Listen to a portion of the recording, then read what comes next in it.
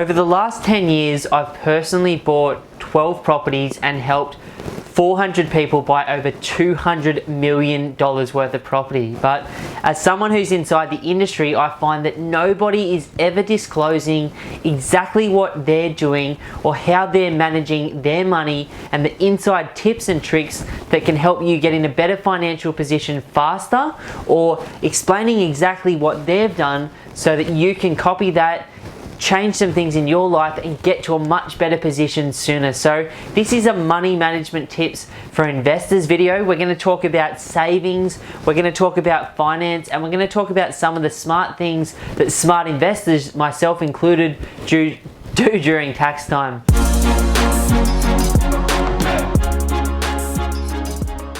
Now in today's video, like I said, we're really going to focus on 3 different areas. The first is savings.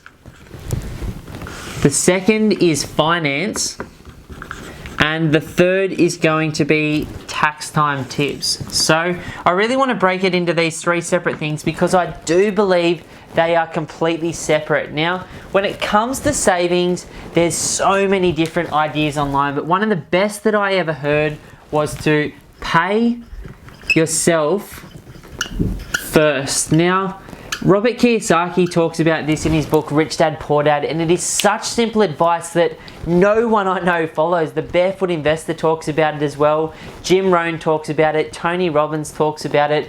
Ray Dalio talks about it, and almost every successful person I've ever met pays themselves first. So when you talk about savings or when you start thinking about money, most people do it this way. They, have fixed expenses in their life. Then they have variable expenses and lifestyle expenses in their life, and after that they save whatever's left over, which is generally for most Australians, because 80% of people in my generation will apparently end up on the pension, and we know that so many people aren't self-managed retirees. They basically spend everything they earn and they have nothing left to show, which means they have no surplus to invest to create a passive income for life. So pay yourself first, start with 10% of your income and then progressively build it up to as high as you possibly can. Another epic tip is to reduce the expenses in your life. Now, there's 2 types of expenses. There's fixed and there's also variable. Now, the fixed expenses are things like your phone, your internet, your rates, your rent, etc. Or rent's not really fixed, you can vary that if you want to. But it's the first thing that I did is I created a spreadsheet with all of my fixed expenses in one column, all of my variable expenses in the other. And then what I did is I looked at each of the different fixed expenses and I looked at ways of saving money. Now, I've done other videos over at my channel, Pumped on Property, on this, and there's plenty of really good ideas there around how I was able to reduce the costs in my business by over 60% and the costs in my life by over 30%. But let's have a look at these fixed expenses. So I used to pay $100 a month with Telstra for my phone. I now pay $15 a month for unlimited texts and calls with Audi Mobile. That's an 85% saving on that. I now fill up my car on the cheaper days, and if my car is close to full, I just top up on those days rather than hoping that on the day that I run out of petrol I can get that. Instead of shopping at Woolies and Coles, I shop now at the local farmers markets plus Audi, which saves me at least 40% of my cost of food per week.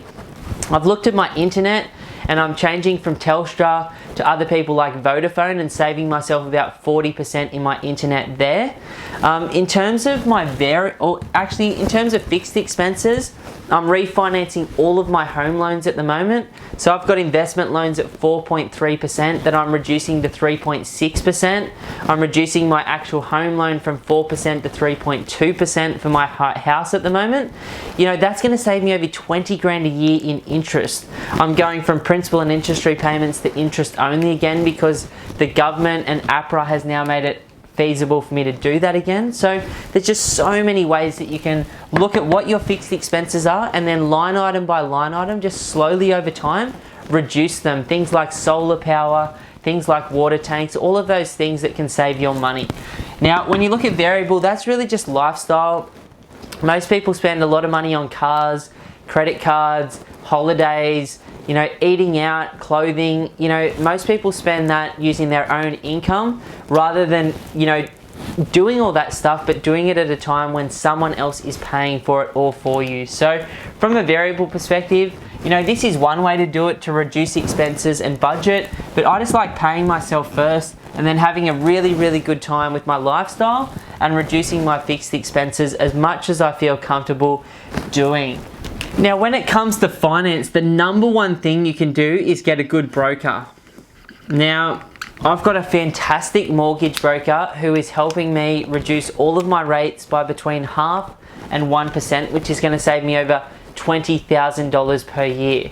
Now, when it comes to finance, there's some things that you need to understand that most first time, second time, third time, even fifth time investors don't do. And the number one thing that I've learned is that all of the banks in Australia are negotiable. Now, just because they're saying online that they're prepared to do a 4.5% interest rate at the moment, or that's what your mortgage broker or your bank manager tells you, doesn't mean it's the truth. As your financial position steadily improves, you'll be able to negotiate rates that you can't even believe at wholesale pricing that get you further discounts in the future. Now, another thing that you've got to recognize with finance is that finance is variable. You know, for example, in 2015 and 16, all of my home loans were variable, and all of my home loans during that period of time were interest only, because I could get interest only versus principal and interest repayments at the same pricing, which meant that I was, you know, in a better cash flow position week to week. Then in about 2017, APRA stepped in and said, hey, we want banks to incentivize people to pay principal and interest, and they gave me about a 1% discount. So I started to pay more money out in the form of principal, but my rates dropped dramatically, and in that year alone I saved over 20 grand worth of interest rates. Now the interest and principal rates are now starting to marginalize or normalize again. I'm going back to interest only, but because rates have declined twice in very recent times in the last 6 months, I'm leveraging off that. I'm getting my broker to go back to the marketplace, and I'm taking advantage of conditions to further pull my rates down. Now, one thing that you've got to be able to see is the future when it comes to pricing around rates. Now, an easy rule of thumb when it comes to finance is if the future fixed interest rates are lower than the variable rates at the moment, it generally means that variable rates are expected to decline, and the banks are fixing in, even though it's slightly lower than the current variable rate, they're fixing in their future returns at a higher rate than what they will be.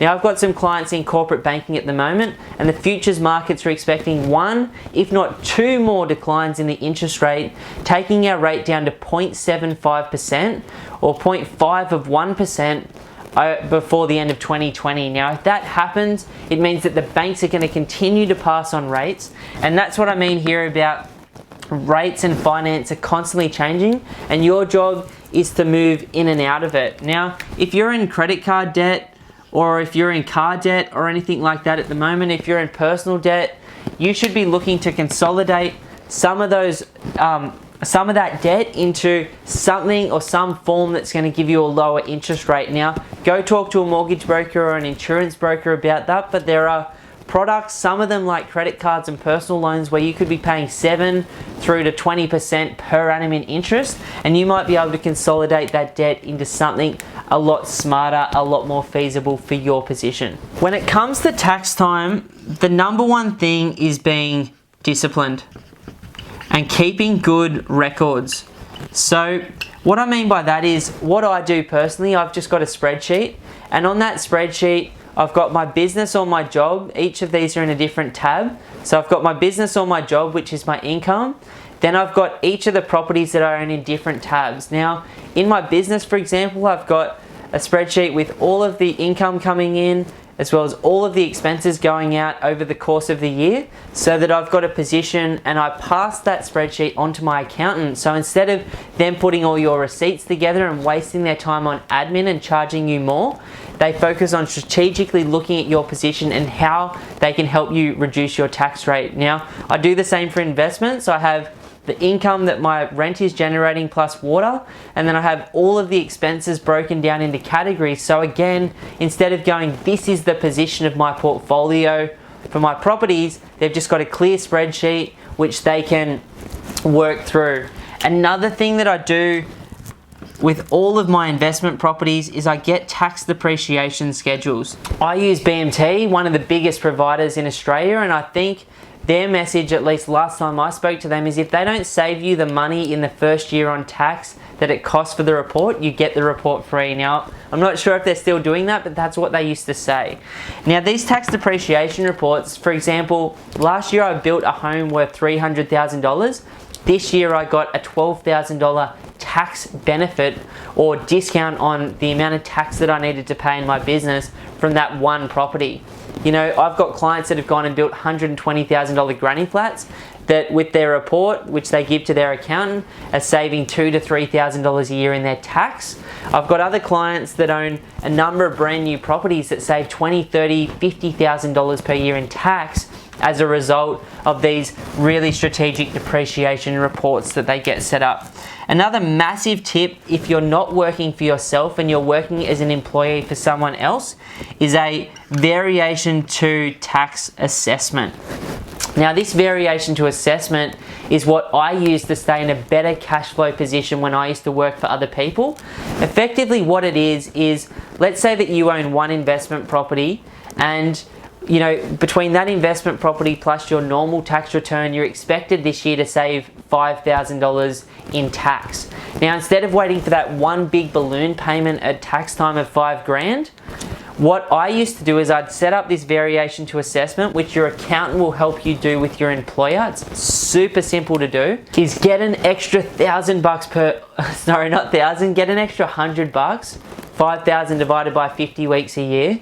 Get an extra $100 per week in my wage. So instead of me paying that tax, I'm basically setting up this variation to assessment, which is forecasting the tax return I'll get. So I'm getting an extra $100 a week. So for a lot of people watching this, you might own a negatively geared property that's costing you $100 a week, but after your tax benefit, it's neutral. Well, why wait all year to get that money back when if you're good at savings and you've got an offset account, you can get that $100 a week, and that can really help out. Now, someone in my position, you know, for example, or some of the employees that I work with, you know, there's some employees that we work with paying 150, 200, 300, 400 grand a year in tax.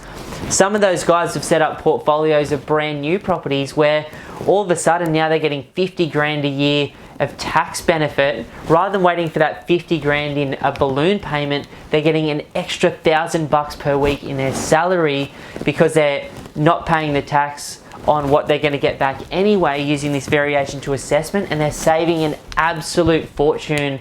You know, an extra $100 or $1,000 per week, depending on your position, is very, very, very handy to have to manage your cash flow, to reduce your risk, and to help you get financially free sooner. So hope you've liked some of these ideas that I use from a savings, a finance, and a tax perspective. If you haven't already done so, please give us a thumbs up. Please subscribe to the YouTube channel. And if you've got some ideas, whether they're savings ideas, finance ideas, or tax ideas that could help other investors in this community, then please put some comments below. Again, this is a no-hate community.